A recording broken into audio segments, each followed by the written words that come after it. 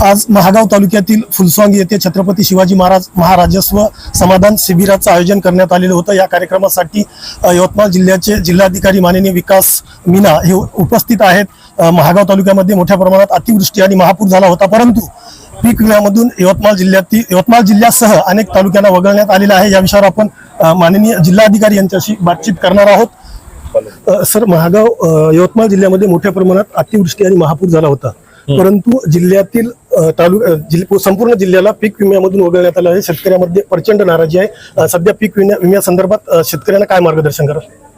पीक विमाचा विषय already soybean संदर्भात आता लिस्ट जाहीर झाली होती। त्यामध्ये आता शासनाने नवीन म्हणजे त्याचा फॉर्म्युला अडॉप्ट केलेला आहे। त्यामध्ये दोघांचा इक्वली वेटेज आहे। आपण पीक कापणी प्रयोग करतो, सोबत आपला सॅटेलाइटची रिपोर्ट आहे, दोघांचा करतोय। तो ॲज ऑफ नाऊ काल आपले जिल्ह्याचे तिघे मंत्रींना आढावा घेतला। त्यामध्ये रिपोर्ट अशी आहेत की प्रत्येक ठिकाणी उत्पादकता कमी झालेली आहे। मागच्या वर्षापेक्षा उत्पादकता कमी आहे, पण जो आताचा फॉर्म्युला आहे त्यामध्ये असं आहे की मागच्या 7 वर्षामध्ये सर्वात अच्छी उत्पादकता वाले आपण 5 वर्ष काढतो आणि त्यांचा सरासरी उत्पादकता काढतोय।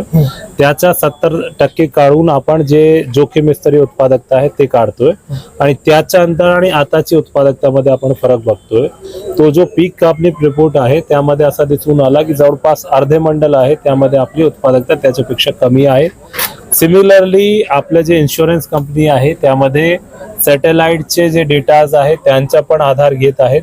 तो त्यामध्ये आणि यामध्ये दोघांमध्ये आपला समायोजन या दोघांमध्ये काय फरक राहिलेला आहे त्याचा पाठपुरावा आपला चालू आहे आणि त्या अनुषंगाने जे पण शेतकऱ्यांना मदत जो रिअल मध्ये नुकसान झालेलं आहे त्याचा मिळणार की नाही, काय शेतकऱ्याच्या अपेक्षा आहेत की त्यांना पीक विमा मिळाला पाहिजे? आपली रिपोर्ट मध्ये ते दिसत आहे। सॅटेलाइटची रिपोर्ट काल आपल्याकडे भेटलेली आहे। आपण पाठपुरावा करत आहे, विमा कंपनी सोबत पण पाठपुरावा करत आहे।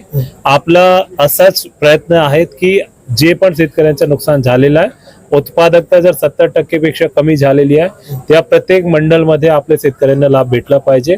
आणि असे मंडल मागच्या वर्षामध्ये जसं अतिवृष्टी झाली असे खूप मंडल आहे, त्यांना आपण बेनिफिट घेण्यासाठी ऑलरेडी शासन स्तरावर मान्य मंत्री कृषी आहेत, सिमिलरली आपले सचिव साहेब आहेत, त्यांच्यासोबत पाठपुरावा चालू आहे।